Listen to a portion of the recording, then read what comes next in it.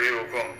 रानी खम्मा मुंशी जी, कैसे हैं आप? गौतम इस वक्त जिस शख्स से बात कर रहा था वो और कोई नहीं तो उसके पापा रघुवेंद्र सिंह राठौड़ के मुंशी कमल स्वरूप थे, जो रंजौड़ की रॉयल फैमिली से बिलोंग करते हैं। गौतम रघुवेंद्र का सबसे छोटा बेटा था, जो असल में रंजौड़ के राजकुमार थे। गौतम अपने पैलेस सुमेर भवन में ही बड़ा हुआ था।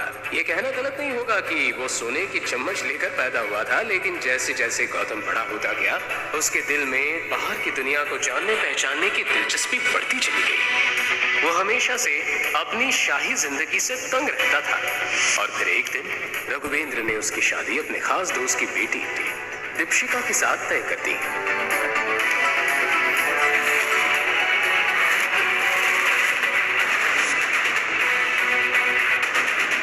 हालांकि दीपशिका गौतम की बचपन की दोस्त थी। वो उससे प्यार नहीं करता था, पर उसकी फैमिली कुछ सुनना नहीं चाहती थी। इसलिए जिस दिन शादी तय हुई, गौतम सजे हुए मंडप को सूना छोड़कर भाग निकला।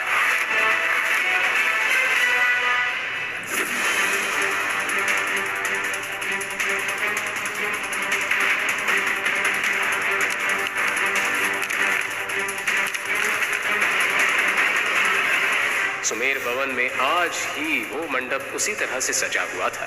मैं तो चौंका हूँ, मस्तानी बहुत याद आवे है। हुकुम, जब से आप गए हो महल सुना हो गया है।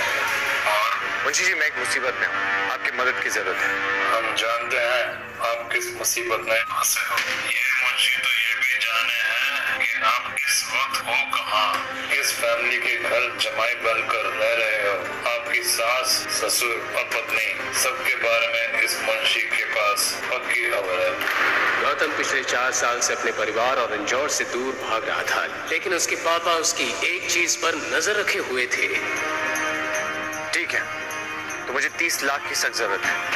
मुझे जल्द से जल्द चाहिए। हुकुम, ऐसा क्यों कर रहे हो? आप एक राजकुमार होकर किसी के घर का काम कर रहे हो, झूठा गंदे बर्तन साफ कर रहे हो। समझ भगवान। मुंशी जी, मुझे इस बारे में कोई बात नहीं करनी है। मैं सिर्फ इतना जानना चाहता हूँ कि आप मेरी मदद करेंगे कि नहीं। हुकुम, 30 लाख तो हम आपको दे देंगे, लेकिन बड़े हुकुम की वही शर्त है। क्या शर्त है? आपको दीपशिका से शादी करनी होगी। मुंशी जी, मेरी शादी हो चुकी है। मैं दीप्ति से कैसे शादी कर सकता हूँ? ये पॉसिबल नहीं है। बड़े हुकुम आपकी शादी को शादी नहीं मानते। आपका समर भवन से चले जाने के बाद बड़े हुकुम के ऊपर कई सवाल उठे। ये मुंशी अपने मालिक की बात के खिलाफ नहीं जा सकता। पैसों के बदले आपको अपनी पत्नी को तलाक देना होगा और दीपशिका बिटिया से शादी करनी होगी। मना करता उससे पहले ही सामने अवनी का चेहरा घूमने लगा, जो अपनी जान जोखिम में डालकर कबीर जैसे अय्याश लड़के से मदद मांगने जा रही थी। ठीक है मुंशी जी, मुझे मंजूर है, लेकिन मुझे 1 साल का वक्त चाहिए। मैं खुद ही अवनी को छोड़ दूंगा और बड़े हुक्म जिससे चाहते हैं मैं उससे शादी कर लूंगा। जहाँ 4 साल आपका इंतजार किया है, वहाँ 1 साल और सही। बड़े हुकुम भी ये बात सुनकर खुश हो जाएंगे। लेकिन मेरी भी एक कंडीशन है। इस 30 लाख के साथ साथ मुझे एक और चीज चाहिए। मुझे चैरियट ग्रुप चाहिए। Chariot group? लेकिन क्यों? ये सब मैं आपको बाद में समझाऊंगा। हुकुम आपको शायद तभी बताना पड़ेगा, क्योंकि ये मुंशी इस वक्त चैरियट ग्रुप के बाहर ही खड़ा है। क्या आप चैरियट ग्रुप के बाहर हैं? हाँ हुकुम, यहाँ तो काम पड़ता ही रहता है। आप यहाँ आ जाइए, तब तक मैं चैरियट खरीदने की डील का प्रोसेस शुरू करता हूँ। ठीक है मुंशी जी, मैं अभी आ रहा हूँ। गौतम मुंशी जी के काम करने के तरीके को जानता था। मुंशी कमल स्वरूप अपनी बोली के धनी थे, जिनके आगे बड़े बड़े लोगों का मुंह बंद हो जाता था। गीता अभी भी अवनी को कबीर के पास जाने को बोल रही थी। जल्दी से पहले चेक ले आता हूँ, तभी मैं अवनी को कबीर के पास जाने से रोक सकता हूँ। अरे भैया रुके रुके, मैं उतार रहा हूँ। चलिए आगे लीजिए, जल्दी लीजिए। गौतम को देखते ही मुंशी जी की आंखों की कोर गीली हो चुकी थी।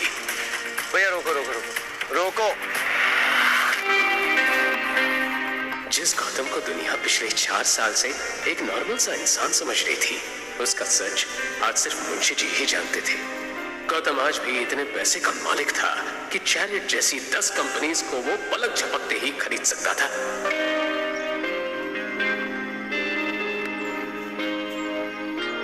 मुंशी जी, कंपनी खरीदने की फॉर्मेलिटीज हो गई?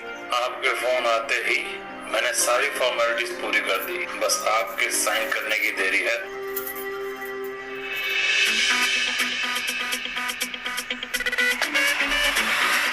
गुड, आपको मेरा एक और काम करना होगा। इस कंपनी का चेयरमैन है शेखर आनंद और उसका एक बेटा है बिगड़ा हुआ कबीर आनंद। मैंने सुना है शेखर आनंद के इशारे के बिना इस कंपनी में पत्ता तक नहीं हिलता। बिल्कुल सही। नाइस। तो मुझे लगता है शेखर आनंद ने काफी काम कर लिया है, अब उसे आराम की जरूरत है। इस कंपनी से सीधा उसे जेल भेजने का इंतजाम किया जाए। अब इस सारी कंपनी की पावर आप ही के हाथ में है, आप जो चाहे वो कर सकते हो। आप चाहो तो खुद भी चेयरमैन की पोस्ट संभाल सकते। नहीं मुंशी जी, मुझे चेयरमैन की पोस्ट नहीं चाहिए। एक बात बताइए, इस कंपनी का वाइस चेयरमैन कौन है? अभिनव गुप्ता। तो फिर अभिनव गुप्ता को कॉल करके बता दीजिए कि इस कंपनी का नया चेयरमैन वही है। मुंशी कमल स्वरूप को देखकर कोई उनका रास्ता रोकने की हिम्मत नहीं कर सकता था। गौतम की आंखों में एक अलग ही तरह की चमक साफ दिखाई दे रही थी।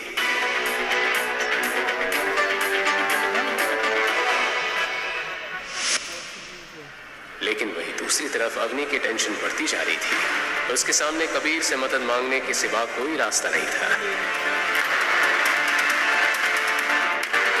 इधर गौतम और मुंशी जी को ऑफिस के अंदर देखते ही एक 32 साल की औरत ने उन्हें केबिन के बाहर रोक दिया। तुम दोनों अंदर कैसे आ गए, वो भी बिना किसी से पूछे? यह औरत शेखर आनंद की पर्सनल सेक्रेटरी शालिनी थी, जो मुंशी जी की पहचान से वाकिफ नहीं थी। मैं यहाँ के चेयरमैन मिस्टर गुप्ता से मिलने आया हूँ। मिस्टर अभिनव गुप्ता इस कंपनी के वाइस चेयरमैन हैं और वो तुम जैसे सेल्समैन से बिना अपॉइंटमेंट के नहीं मिलते हैं। तो अब यहाँ से निकलो वरना मैं सिक्योरिटी बुलाऊं। सिक्योरिटी। गौतम के फोन पर अवनी का फोन आने लगा। इससे पहले कि वो फोन उठाकर जवाब देता, उसका मोबाइल लो बैटरी के कारण स्विच ऑफ हो गया। तुम जानती भी हो किससे बात कर रही हो? ये जोधपुर के मुंशी जी, मुझे लेट हो रहा है, गुप्ता जी को बुलाइए प्लीज। हेलो। अभिनव गुप्ता मुंशी जी को अच्छे से जानता था। वो अपने काम छोड़कर तुरंत अपने केबिन से बाहर आ गया। देखो, मैं तुम दोनों को लास्ट वार्निंग दे रही हूँ। मिस कामिनी, ये तरीका है आपका गेट से बात करने का? सॉरी सर, लेकिन शट अप। तुम्हें पता है ना, तुम्हारी इस बदतमीजी की वजह से तुम्हें इस कंपनी से निकाला जा सकता है।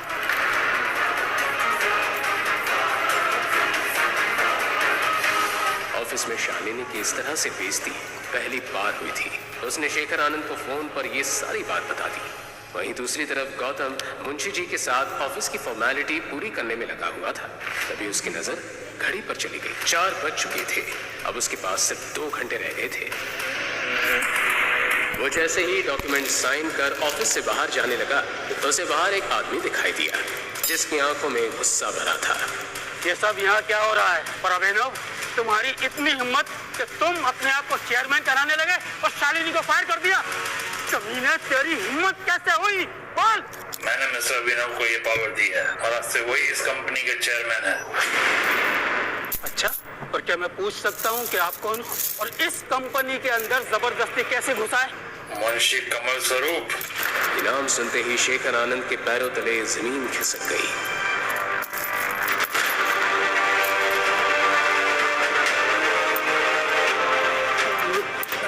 मिस्टर कमल, आपने मुझे पहले नहीं बताया। आप मुझे पहले इन्फॉर्म कर देते तो हाँ, एक काम करते हैं, आप मेरे केबिन में चलिए, वहाँ चल के बात करते हैं। हाँ? मिस्टर आनंद, बातचीत का वक्त निकल चुका है। इस कंपनी के आड़ में आप क्या काले धंधे चला रहे हैं हमें अच्छे से पता है।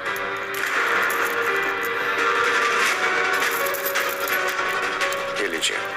गौतम ने उनके हाथ में एक लेटर थमा दिया, जिसमें साफ लिखा था कि कंपनी का नया ओनर अब गौतम था।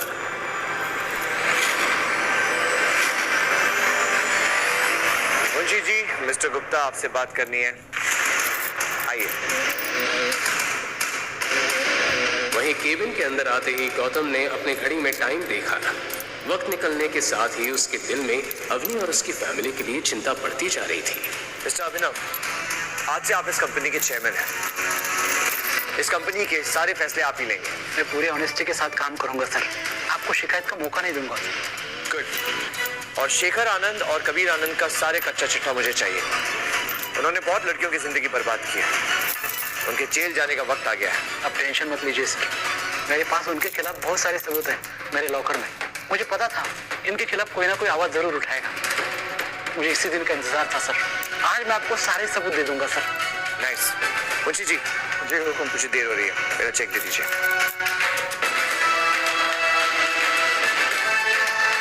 Thank you. मुंशी जी के फोन पर बाहर खड़े बॉडीगार्ड का कॉल आ गया। फोन उठाते ही मुंशी जी हैरानी से गौतम को देखने लगे। आखिर कैसे सुलझाएगा गौतम